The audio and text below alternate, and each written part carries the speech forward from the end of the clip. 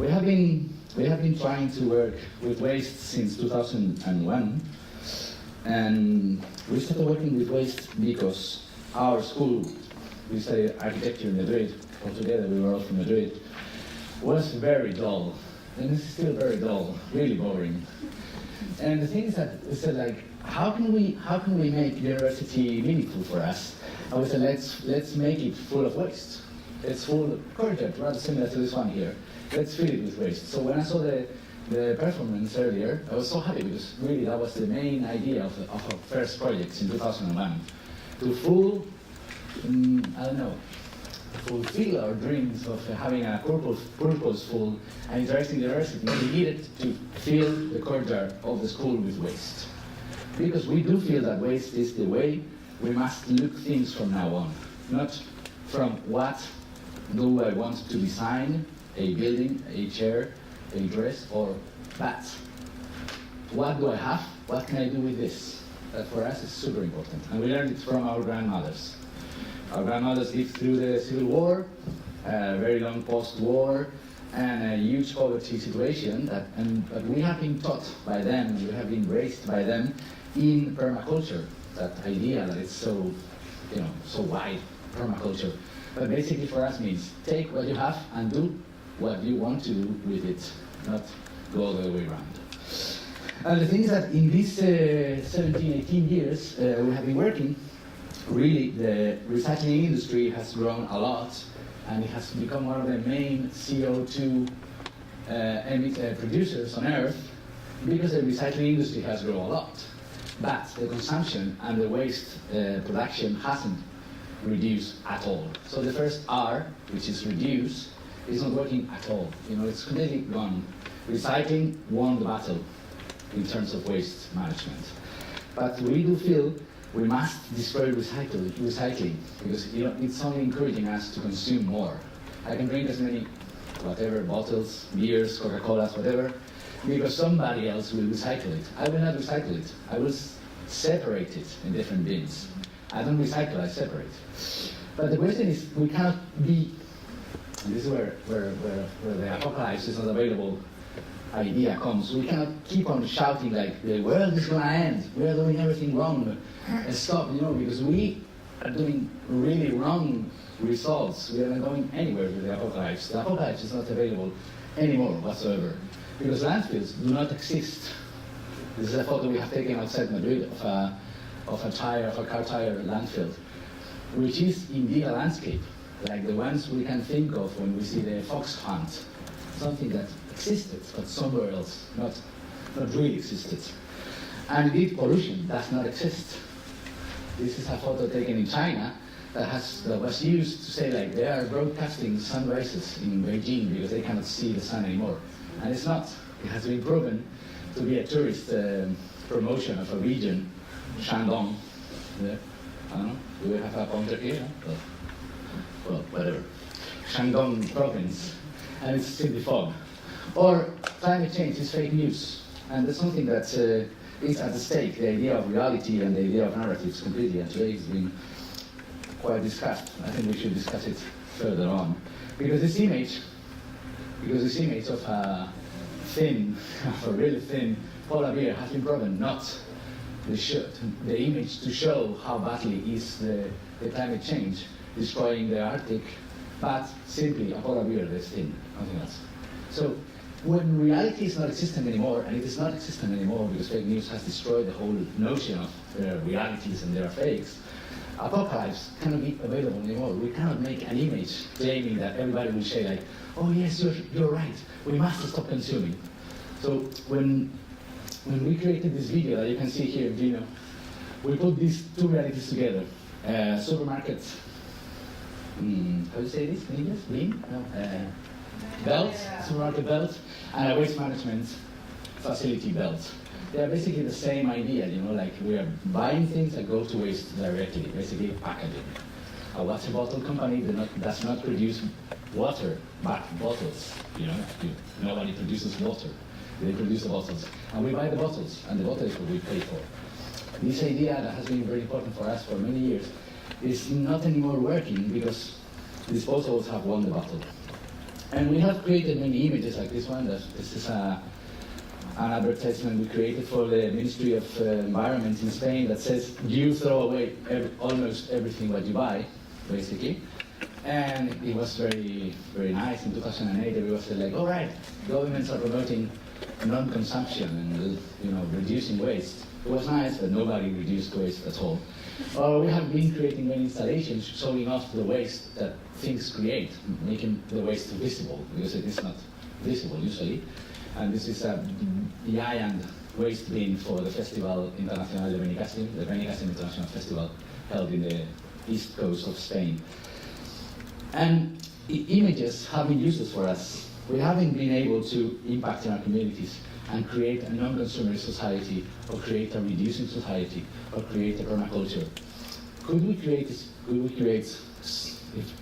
spaces? This is an installation we made in Santo Domingo in Dominican Republic, out of the waste found in the waterfront. And of course, people went there and they were like, it created somehow a feeling more than an idea. But of course, the impact is very low.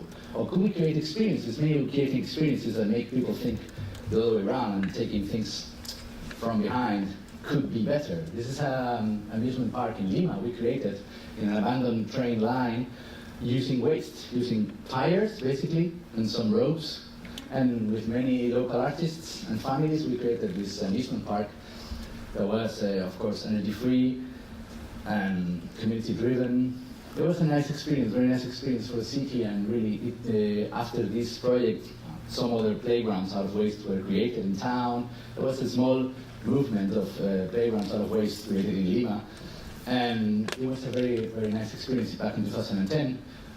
We moved onwards to São Paulo, and the São Paulo city government asked us to do these swings for the summer of 2013, and really the community there in the Alberto, in the center of São Paulo, people living under the bridge basically really embraced the situation and created like a whole new narrative of the center of São Paulo in the summer of 2013. But we have been creating experiences that are meaningful. Like this one, this is after the housing bubble in Spain, there were very many lots that were empty. A massive urban speculation failure with the housing bubble in Spain. And we created with the community there, we created a big sunflower plantation, a huge sunflower plantation with them.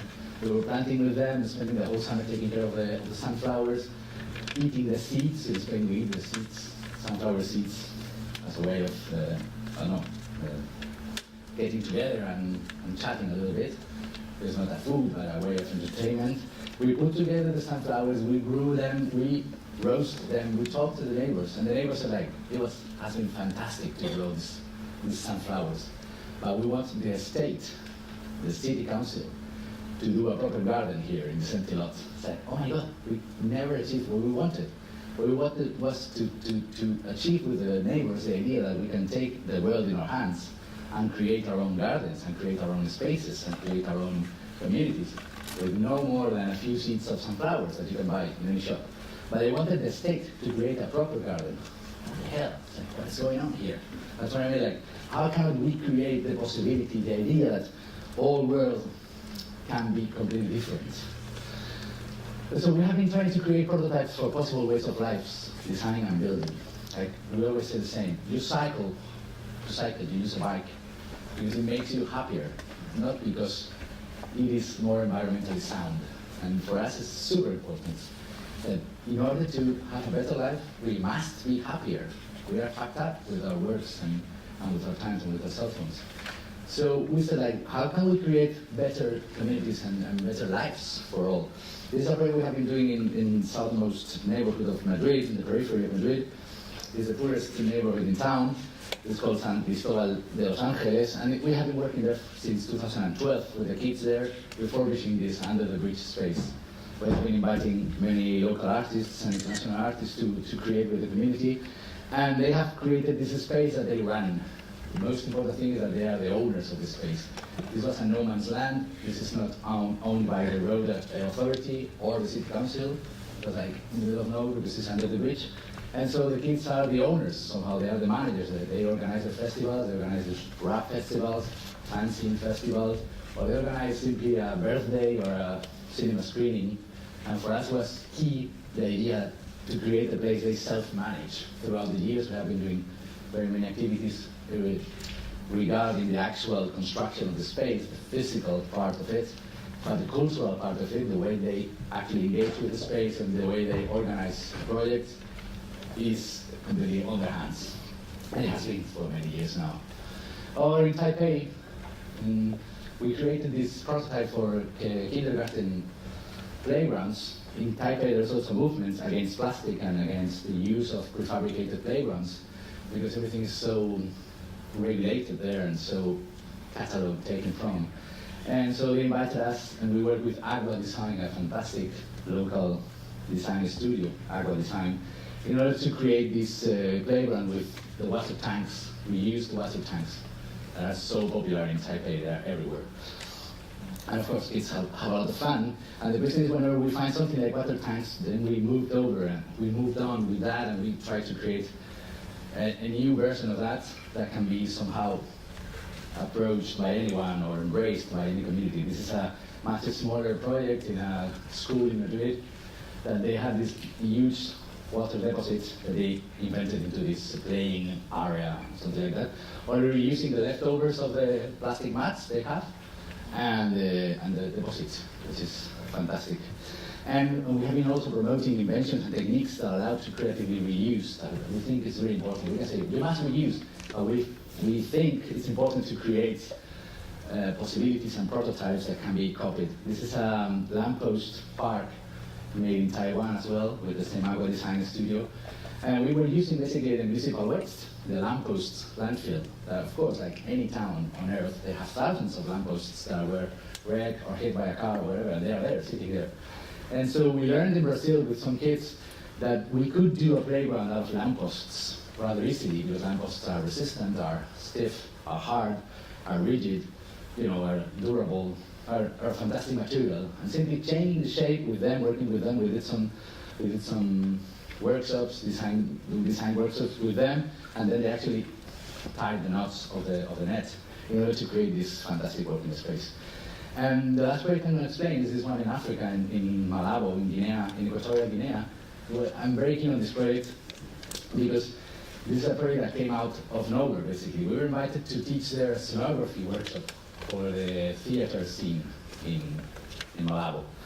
And while there, they said, like, hey, they're dismantling this old storage that has been sitting there for 40 years and nobody is going to use it. Like, can you think of something? It's like, of course, we can think of something, because this is what I mean. Like, waste is everywhere, it's completely available, it's for free, and it's usually expected, which is the thing we like best. And they said, like, what can we do? Well, kids have to study outdoors because we don't have enough sitting spaces at the library. So why don't we create a study room? And we dismantle the whole structure, we repurpose it, basically. We cut it, and we resuffled it. Of course, iron is very strong, it's very resistant, it's durable, it's forever, basically. You have seen all the iron structures in London are more than 100 years. They are like the first day. And so we created this study space with them. And that's what they needed, that's what they asked for. And they actually have been maintaining this and changing the roof frequently these last years, and the first project was in 2004. And we also created this playground for kids.